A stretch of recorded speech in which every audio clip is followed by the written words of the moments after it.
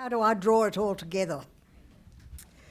Well, I think I can only say again, a conversation about dying is probably the most difficult, and I use the term difficult advisedly and in many senses, in many of its senses. It's the most difficult conversation it's possible to have with those we love. Yet it's a conversation which we must have.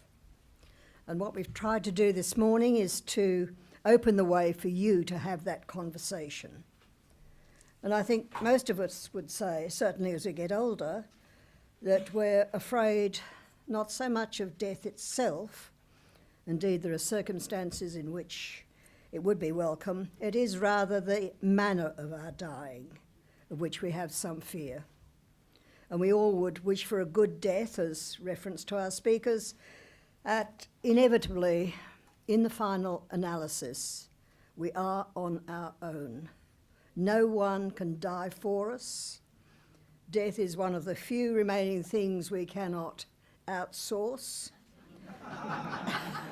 cannot delegate, cannot buy in, cannot dial up. Does it not therefore fall to ourselves to consider the manner of our dying, to prepare ourselves and our loved ones as far as we can, or as best we can, to deal with those decisions which do have to be made? If we find it difficult to have this conversation with those we love, and while we're still here to be able to do it with them, just think how much more difficult it will be for them to have to make those decisions when we're no longer here or we're no longer able to support them, and when they have to second guess what it is we would want in our hour of need.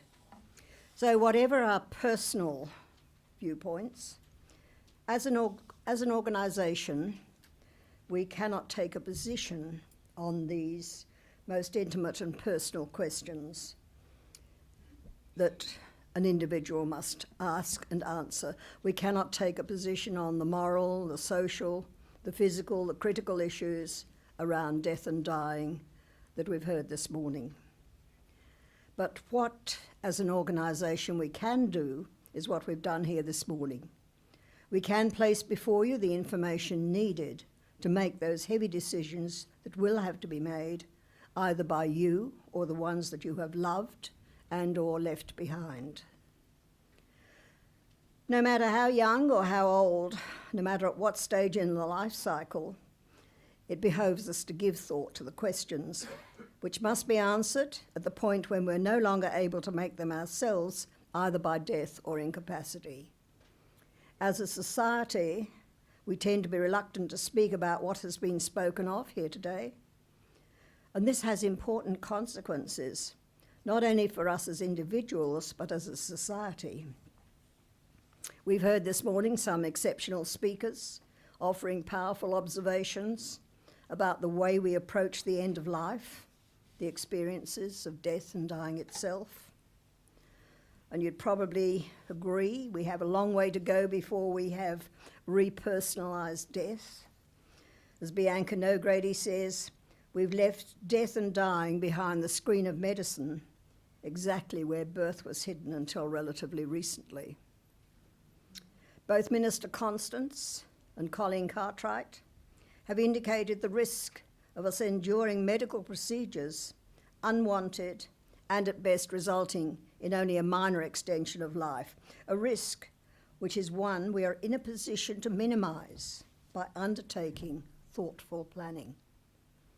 We've heard about the 4 essential documents which each one of us should ensure is in place: our will, our power of attorney, an enduring power of attorney and advance care directive. We've heard about the argument for palliative care and the arguments for and against assisted dying. Our reticence to speak and perhaps even to think about how we might wish to face our own death means that many people enter the final phase of their life vulnerable to the kind of scenario described and indeed depicted by Ken Hillman. Yet few of us, for whatever reason, undertake such planning. In recent months, COTA New South Wales undertook a survey of the views of older people in the community. And this survey posed a number of questions about death, dying, and the extent to which individuals have made any plans regarding how they hope to die. We asked respondents if they had made known to anyone their end-of-life wishes. Only 57% of respondents answered yes. And even amongst this group, few had gone on to prepare an advance care directive. Peter Cleesby and Gillian Batt noted that Gillian Batt noted that our private reticence to broach these subjects has public implications. If we were all more involved in repersonalising death, we would see changes in the way that the process of dying is handled in our hospitals. We would see more deaths occurring at home, for this is what 50.6% of respondents said they'd prefer, as long as they had the right support. Well, obviously, the right support costs money. And if as a society we were prepared to invest more money in giving people more assurance that they'd experience a good death, we would see more funding allocated to palliative care and indeed to the wider healthcare system. And I do acknowledge here the funding for 30 new palliative care nurses included in the recent state government budget.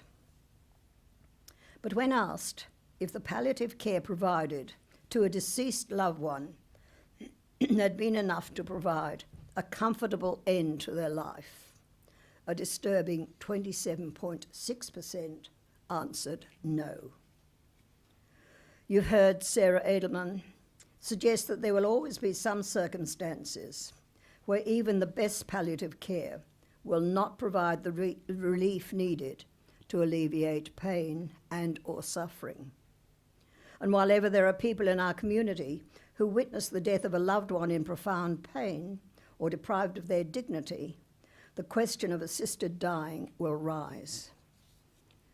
To the question, do you believe people should have the right to control the timing and circumstances of their own death? 76% of respondents answered yes. 24% answered no or indicated that they were unsure about the position they held. Many survey respondents chose to provide comments elaborating their answer to this question. A number touched on the themes explored by Megan Best, including the idea that, as a society, our fear of the process of death itself heightens our desire to take control of death. Whatever your own views on assisted dying, I expect most of you would agree with Nick Cowdery that there are other laws or other areas of the law requiring sensible reform. So, ladies and gentlemen, we've started the conversation about the end of life, your life, my life. We've delivered the challenge. We've thrown down the gauntlet. But we hope we've given you some weapons with which to confront the spectres with which you deal. Now it's over to you. As I close this forum, I would ask you to join me in thanking all of our speakers.